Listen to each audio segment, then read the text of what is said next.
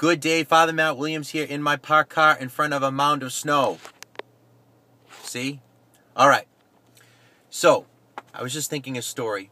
I want to share a story with you. I remember when I was in high school, maybe early college, very early college, our parish growing up decided to do adoration on Fridays and Saturdays, and they needed people to cover 1 hour time slots. And so one of the ladies of the parish ended up giving me a phone call, and she said, Matt, I wasn't Father Matt at the time, I was just in college for like a freshman year, maybe in senior in high school.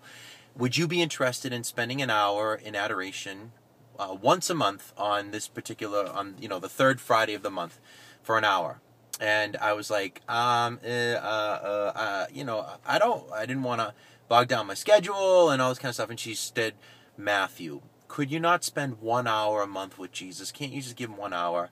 And I was like, she totally guilted me into me. I didn't have the guts to say no. I said, all right, fine. So my mom would always remind me of when my holy hour was, right? So I'll tell you, every time I went to adoration, I went kicking and screaming. I'm like, I don't want to do this. This is a waste of time. Or I just so not looking forward to this. I'm just not interested. I don't want to be here. I don't want to do this. I'm doing this out of guilt and people pleasing, etc. And I'd go and I'd do the hour. And I'll tell you, without fail, every time I came out of adoration, I felt 100% better. I felt peaceful and joyful. I felt good about myself. I felt closer to God. And I'm like, why was that so hard to get in there? Why was it so hard to go in and pray? And I really do think that that's the difference between the Spirit of Jesus and the Spirit of the world. Tomorrow we're going to enter into the first phase of the St. Louis de Montfort consecration. In the first 12 days, he's going to have us looking at the spirit of the world and how the spirit of the world is the opposite of the Spirit of Jesus Christ, and how the spirit of the world wants to rob us and take us away from Jesus, how it wants to incite in us disobedience, rebelliousness, right? To rebel against God, to be prideful, to have pride. In other words, they're like, well, the church doesn't really know what she's teaching or talking about there, and does God really care about this, and blah blah blah. And we start writing our own commandments, we start writing our own rules, and we undermine the church and the scriptures, and we just whatever's the most inconvenient commandment of the time, we just overturn it with human reason, as if we're the new source of wisdom. That's pride.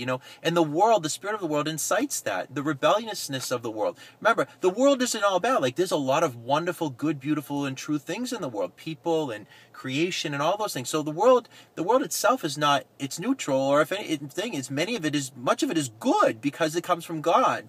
But the spirit of the world comes from the devil, and the spirit of the world is anti-Christ. And so if we're not praying, we get caught up, or we're not drawing close to Jesus, we're not serving our neighbor, being about the service of our brothers and sisters, we get caught up into the spirit of the world, and we rebel, we become disobedient children. St. Louis, over the course of these 12 days now, is going to want us to look at our consciences and see, okay, how have you been doing? Do you rebel? How often do we rebel? Think about it. There were Lenten disciplines I want to rebel against today, right? We experience this reality of concupiscence, which is our inclination to sin, right? So St. Louis says this is a reality that we live in. You live in the world, you're going to experience the power of the world, the spirit of the world. However, the Spirit of Christ is much more powerful, and He's within you. But in order to renounce the spirit of the world and live in the Spirit of Christ, we have to do some things. We have to pray.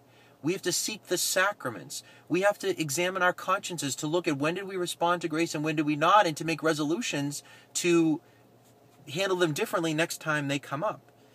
Renouncing our own will and seeking the will of the Lord. Mortification, and that's the fasting that we'll embrace during this Lent. And purity of heart. And we could talk so much about the purity of heart, but ultimately the purity of heart, that's the place where all of our moral decisions are made, in the heart.